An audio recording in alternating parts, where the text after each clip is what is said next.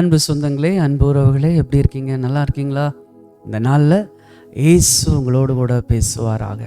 இந்த நேசர் சந்திக்கும் நேரத்தில் இயேசு உங்களோட இடைப்படுகிறார். அவருடைய அன்பு உங்களோடு இடைப்படுகிறது.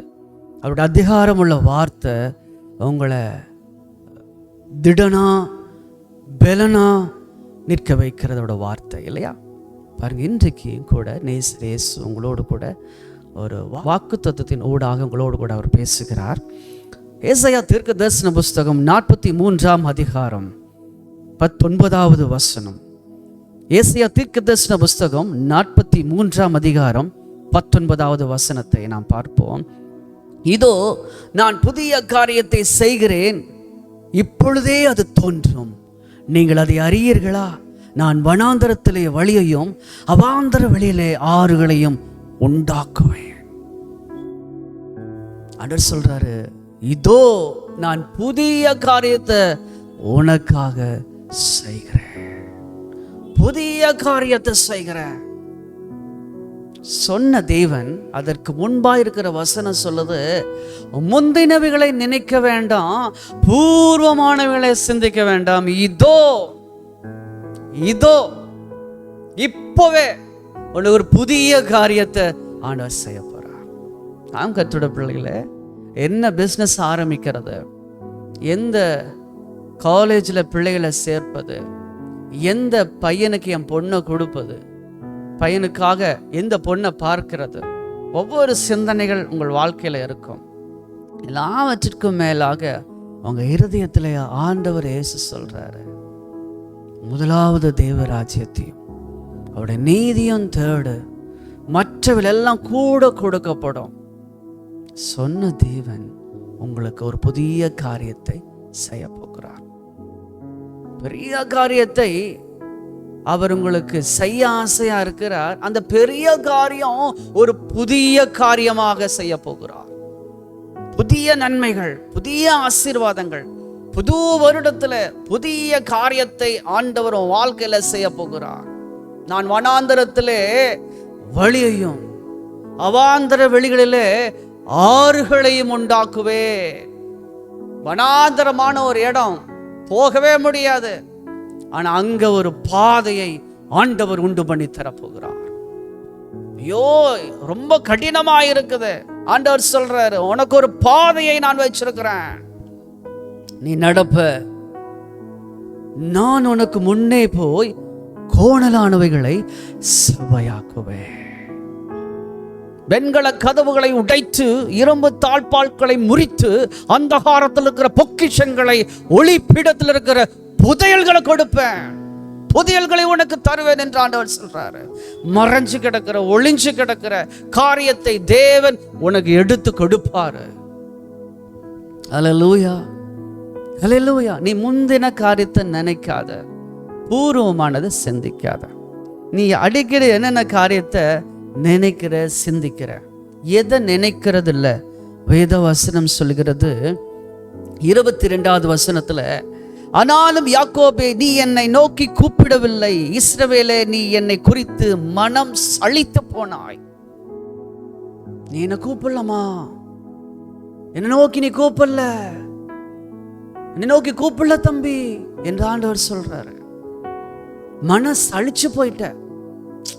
ஏசு ஏசுன்னு கூப்பிட்டு என்னதான் எனக்கு கிடைக்குது, என் வாழ்க்கையில் என்னதான் ஒரு மேல நான் போறதுக்கு அப்படின்னு சொல்லி நினைக்கிற உன்னை பார்த்து இந்த வார்த்தை ஆண்டவர் சொல்றாரு, உன் ஆடுகளை தகன பலிகளாக நீ எனக்கு செலுத்தவில்லை, உன் பழிகளால் நீ என்னை கனம் பண்ணவும் இல்லை, காணிக்கைகளை செலுத்தும்படி நான் உன்னை சங்கடப்படுத்தாமலும் தூபம் காட்டும்படி உன்னை வருத்தப்படுத்தாமலும் இருந்தேன். நீ எனக்கு பணங்களால் சுகந்த பட்டையை கொள்ளாமலும் உன் பழிகளின் இனத்தினால் என்னை திருப்தியாக்காமலும் உன் பாவங்களினால் என்னை சங்கடப்படுத்தி உன் அக்கிரமங்களால் என்னை வருத்தப்படுத்தினாய். அவட பார்வைக்கு அந்த பாவங்களும் அந்த அக்கிரமங்களும் அவரோட பார்வைக்கு ரொம்ப வேதனையா இருக்குது. இதற்கு ஆண்டவர் என்னது நம்ம சொல்றாரு, நானே உன் மீறுதல்களை என் நிமித்தமாகவே குலைத்து போடுகிறேன். உன் பாவங்களை நினையாமலும் இருப்பேன். நாம் ஒருவரோடு ஒருவர் வழக்காடும்படி எனக்கு நினைப்பூட்டு. நீ நீதிமானாக விளங்கும்படி உன் காரியத்தை சொல். அல்லேலூயா. ஆண்டவர் சொல்ல, நீ என் கிட்ட வா, பேசு, நீ உரையாடு, வழக்காடு. நான் என்ன தப்பு செஞ்சுட்டேன் ஆண்டவரே, எனக்கு ஏன் இந்த காரியம் நடந்துட்டு இருக்கு, என் கூட நீ பேசு. உனக்கு ஒரு வார்த்தையை, வாக்குத்தத்தத்தை ஆண்டவர் கொடுக்கிறாரு. நானே உன் மீறுதல்களை என் நிமித்தமாக குலைத்து போடுகிறேன், உன் பாவங்களை நினையாமலும் இருப்பேன். உன் பாவங்களை நான் நினைக்க மாட்டேன், உன் அக்கிரமங்களை நினைக்க மாட்டேன், உன் மீறுதல் நினைக்க மாட்டேன் என்று இந்த வார்த்தையின் மூலமாய் ஆண்டவர் சொல்றாரு. நீ என் கூட வா, என் சமூகத்துக்கு வா, என்னோடு பேசு. இந்த காரியம் இப்படி இருக்குது ஆண்டவர், இந்த காரியம் இந்த சூழ்நிலையில் இருக்குது, நான் என்ன செய்யணும் கேளு. வார்த்தையினோடாக ஆண்டவனோடு பேசு. நீ முந்தினதை நீ நினைக்காத, பூர்வமான சிந்திக்காத, உன் வாழ்க்கையில் ஒரு புதிய காரியத்தை நான் செய்ய போகிறேன். இதுவரைக்கும் இருந்த பாதை அல்ல, ஒரு புதிய பாதை. அது வனாந்தரமாக இருக்கலாம், அதுல ஒரு பாதை உண்டாக்குவேன். அது அவாந்தரமா இருக்கலாம், ஒரு ஆறுகளை நான் உண்டாக்குவேன். நீ எதெல்லாம் நடக்கலை நீ நினைக்கிறியோ அந்த காரியங்கள் உன் வாழ்க்கையில நடக்கும். சொந்த போகாத, பலன்கள். கர்த்தர் இந்த வார்த்தையினூடாக இன்றைக்கு காலையில் உனக்கு வாக்கு பண்ணுகிறார். நீ எழுந்து புறப்பட்டு ஆண்டவர் உனக்கு கொடுக்கிற நன்மைகளை பெற்றுக்கொள். ஜெபி, ஆண்டவர் துதி. வேத வசனம் சொல்லி, இந்த ஜனங்களை, இந்த ஜனத்தை எனக்கென்று ஏற்படுத்தினேன், இவர்கள் என் துதியை சொல்லி வருவார்கள். எவ்வளவு பெரிய நம்பிக்கை பாருங்க. அதனால நீங்க சோர்ந்து போக வேண்டாம் தம்பி, சோர்ந்து போகாத தங்கச்சி, அன்பு தாய தகப்பனே சோர்ந்து போகாத. நீ என்ன செய்ய, கர்த்தர் உனக்கு ஒரு பலத்தை கொடுக்கிறாரு. உனக்கு எல்லாருக்கும் இந்த காரியமெல்லாம் நடந்துட்டு இருக்கு, எனக்கு மட்டும் இந்த காரியம் நடக்கல அப்படின்னு நீ நினைக்கிற இல்லையா? நீ பொறுமையாரு. கர்த்தருக்கு காத்திருக்கிறவர்களோ புது பலன் அடைந்து கழுகளை போல சட்டில் அடித்து எழும்புவார்கள். அவர்கள் ஓடினாலும் களைப்படையார்கள், நடந்தாலும் சோர்ந்து போகார்கள். நீ கர்த்தருக்காக காத்திருப்பா, கர்த்தர் கொடுக்கிறதுக்காக காத்திரு. அது புதுமையா இருக்கும், அது புதியதா இருக்கும், அது நன்மையுள்ளதா இருக்கும், உனக்கு உகந்ததா இருக்கும், உன்னை விட்டு பிரியாதபடிக்கு அந்த அன்பு இருக்கும். நிறைய பேரு சொந்த மனைவி இருக்காங்க, அவங்கள விட்டுட்டு இன்னொருத்தருடைய மனைவியை நோக்கி பார்க்கிறது, சொந்த கணவனை விட்டு இன்னொருத்தரை நோக்கி பார்க்கிற காரியம். ஆண்டவர் சொல்றாரு, இன்னைக்கு அதெல்லாம் வேணாம். வாழ்க்கை இதெல்லாம் வரும், இதெல்லாம் கடந்துதான் நீ வரணும். யோசேப்போட வாழ்க்கையில பாருங்க, போத்திபாருடைய மனைவி, போத்திபார் இருக்கிறாப்ல, ஆனா அந்த மனைவிக்கு யோசேப்பின் மேல ஆசை. சூழ்நிலைகள் வரும், ஆனாலும் யோசேப்பு சொன்னாரு, என் தேவன் என்னை பார்க்கிறார், தேவன் என்னை பார்க்கிறார், என் எஜமான் எனக்கு அந்த பொறுப்பை கொடுத்திருக்கிறாரு, அதை நான் துஷ்பிரயோகப்படுத்த கூடாது. அவர் என்கிட்ட கணக்கு கேட்பாரு. ஆண்டவர் முதல்ல பார்க்கிறார், ரெண்டாவது எஜமான் பார்க்கிறார். அந்த பாவத்துல இருந்து அவன் விலகி போயிட்டான். அவனுக்கு வந்த உயர்வு பார்த்தீங்கன்னா எவ்வளோ பெரிய உயர்வு.